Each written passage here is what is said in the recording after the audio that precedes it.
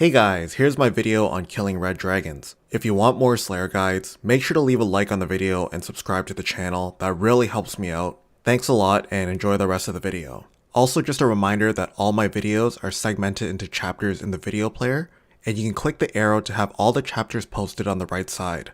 So let's go over everything you need to know about red dragons. First, to get red dragons assigned by Konar, Durdel, or Neve, you must purchase Seeing Red from the Slayer reward shop for 50 points. And when you get red dragons assigned as a Slayer task, there are actually 3 variants to choose from.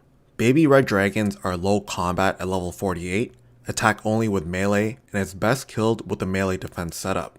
Red dragons are level 152, attack with 2 different styles, and it's best to use a melee prayer setup along with anti-fire to take 0 damage. Brutal red dragons are level 289, attack with 3 different styles, and you can take 0 damage from them by using ranged, protecting from magic, and using an anti-fire potion. Personally, I like killing the normal variant with a melee prayer setup and a dragon hunter lance. If I was lower level, I'd probably stick with baby red dragons using a melee defense setup. If my goal was to make money and I had really good range gear, I'd probably go for brutal red dragons. There are 4 locations for killing red dragons. For 3 of them, you'll find both baby red dragons and red dragons there. Only one location has brutal red dragons, which is the Catacombs of Kourend.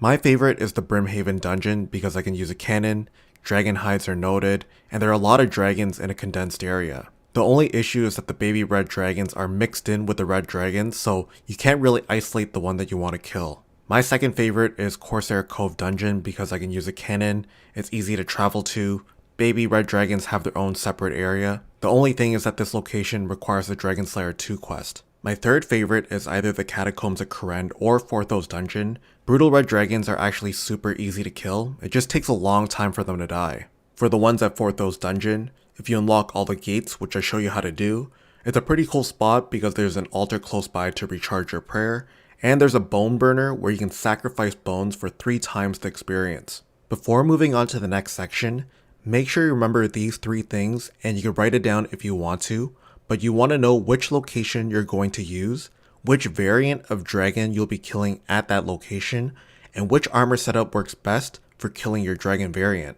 Also, if you're using Runelight, here are my favorite settings which help make Slayer a lot easier. So we're moving on to building your armor setup. In the following charts, all the armor pieces are ranked from best to least best, the requirements are listed in red, and any important notes are written in cyan. So this first chart that I'm showing is for building a melee prayer setup.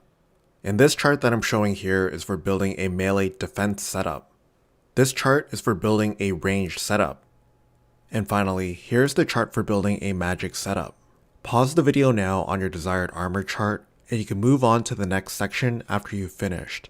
Alright, so your armor should now be set up. We're now going to go over how to get to each location, starting with the Brimhaven Dungeon. Under each travel method, I wrote down the items you should bring in green, as well as the requirements in red. And of course with the Brimhaven Dungeon, make sure to bring an axe or the entrance fee in your inventory if you need it. When you've picked your travel method, use the timestamp at the bottom left to skip forward to the next section. The fastest way to get here is by using a Taibo One-Eye teleport and running west. You can also use a fairy ring code to CKR and then running northwest. You can also use a Brimhaven teleport and run south. You can also sail with Captain Barnaby located on the Ardoon or Rimington docks, or if you have the Brimhaven spirit tree planted, you can also use that as well. Here are my example inventory setups depending on your armor setup, and I've numbered and labeled everything so you can pick and choose what you want to bring. Also, this is how I would set up my quick prayers for each armor setup, and feel free to alter them to your liking. So here's the Brimhaven Dungeon example. I'm starting at the south entrance near Banisach, where I've already paid the 5,000 trading stick one-time fee. Before climbing down, I'm going to drink a dose of my extended super anti-fire potion and also turn on my quick prayers. But go ahead, climb down, and I'm going to run directly west, then heading to the northwest part of the Black Demon's room to the agility pipe obstacle. But if you're using melee defense, make sure to wear an anti-dragon shield or turn on protect from magic. But you can see where the safe spot is if you're using ranged or magic, just use the eastern wall to get them stuck. But if I'm killing normal red dragons, I like to run northeast to the middle of the room. But you can drop your axe. Also, the baby red dragons are located just northeast of the cannon spot. Place your cannon, click it to fire, drink your stat boosting potions, have auto retaliate on, and just keep a close eye on the extended super anti-fire timer. As long as it doesn't expire, you'll take no damage from the dragon fire. We're now going over how to get to the Catacombs of Kourend. Under each of the travel methods posted on the right, I've listed in green the items you should bring in your inventory as well as the requirements in red. When you've picked your travel method, use the timestamp at the bottom left to skip forward to the next section. The fastest way to get here is by using a teleport portal or portal nexus to Kourend Castle. You can also use Xeric's Talisman to Xeric's Heart. Another option is using the Kourend teleport spell in the normal spellbook. If you've unlocked the Lova King entrance, you can use a Xeric's Talisman to Xeric's Inferno. Another option is by using the Koret's Memoirs to Lovakinj. Here are my example inventory setups depending on your armor setup, and I've numbered and labeled everything so you can pick and choose what you want to bring. Also, this is how I would set up my quick prayers for each armor setup, and feel free to alter them to your liking. So here's the Catacombs of Kourend example. I'm starting near the statue entrance, but both entrances are pretty dangerous, so drink your extended anti-fire before going in, and if you're at the Lovakinj entrance, make sure to also turn on Protect from Magic. But here I'm just climbing down and then running west through the Magic Axes room. When we get close to the Hellhounds, you can turn on Protect from Melee.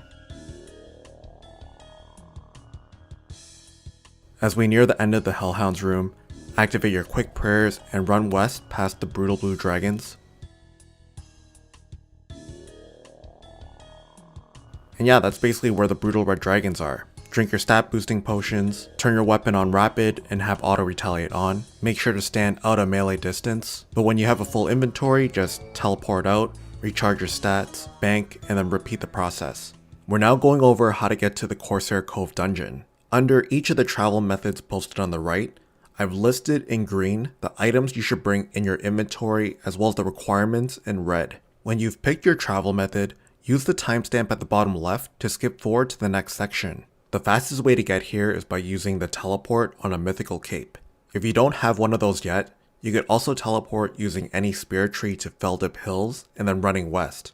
Here are my example inventory setups depending on your armor setup, and I've numbered and labeled everything so you can pick and choose what you want to bring. Also, this is how I would set up my quick prayers for each armor setup, and feel free to alter them to your liking. So here's the Corsair Cove dungeon example, and I'll show the red dragons first. Before going in, you can drink your extended super anti-fire potion and activate your quick prayers, and then you can go ahead and climb down. So just run directly west, and that's where the red dragons are.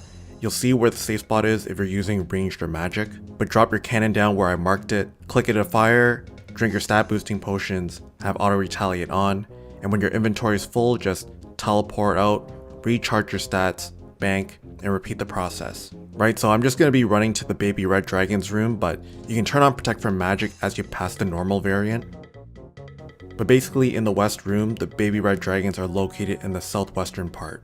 We're now going over how to get to the Forthos Dungeon. Under each of the travel methods posted on the right, I've listed in green the items you should bring in your inventory as well as the requirements in red. When you've picked your travel method, use the timestamp at the bottom left to skip forward to the next section.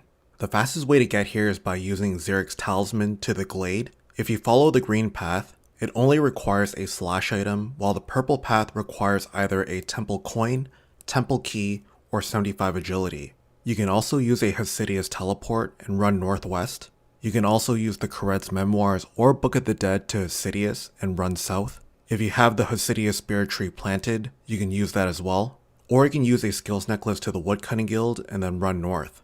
Here are my example inventory setups depending on your armor setup, and I've numbered and labeled everything so you can pick and choose what you want to bring.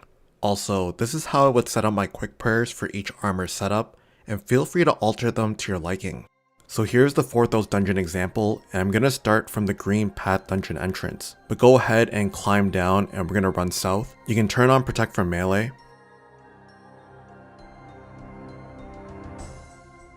But you'll see here's the first web that we slash.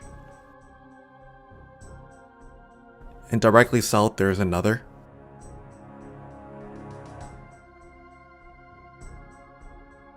Once you're past, just take the western path all the way.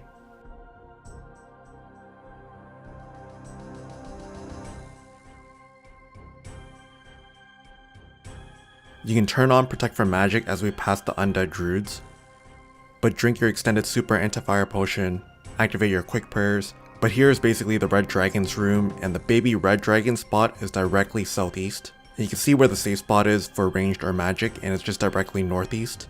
Drink your stat boosting potions, have auto retaliate on, and just keep a close eye on the extended super anti-fire timer. But yeah, if you got the temple coin and temple key from the map that I showed previously, the bone burner is located just northwest past the first gate. And for the altar, you want to run west past the undead druids and then head north, and you can recharge your prayer there.